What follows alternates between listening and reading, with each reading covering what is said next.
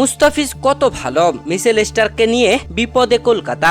দিল্লির বিপক্ষে দুর্দান্ত জয় তুলে নেবার পরে উপস্থাপকের প্রশ্নে একই বলল কলকাতার অধিনায়ক শ্রেয়াস আয়ার। দর্শক, আইপিএল এর 47তম ম্যাচে দিল্লির বিপক্ষে খেলতে নামে কলকাতা। আর এই ম্যাচে দিল্লি টসে জিতে আগে ব্যাট করতে নেমে দুর্দান্ত ব্যাটিং করার কথা থাকলেও সেটা আর করতে পারেনি, কেননা এর আগে কলকাতার বিপক্ষে বিশাল টার্গেটে জয় তুলে নিয়েছিল দিল্লি। তবে এই ম্যাচে ব্যাটিং ব্যর্থতায় রীতিমতো ডুবেছে তারা।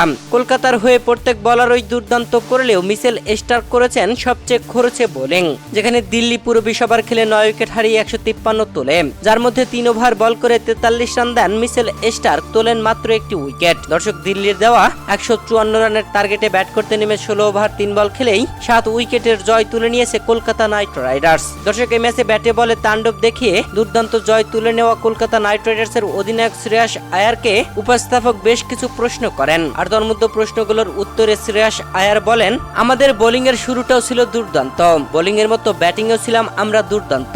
ফিল শট ভালো ব্যাট করে গেছে।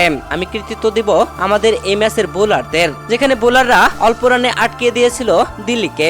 সেই রানের টার্গেটে ব্যাট করতে নেমে আমরা চিন্তামুক্ত খেলা খেলতে পেরেছি, দারুণ জয় পেয়েছি, এটা দলের জন্য অনেক ভালো।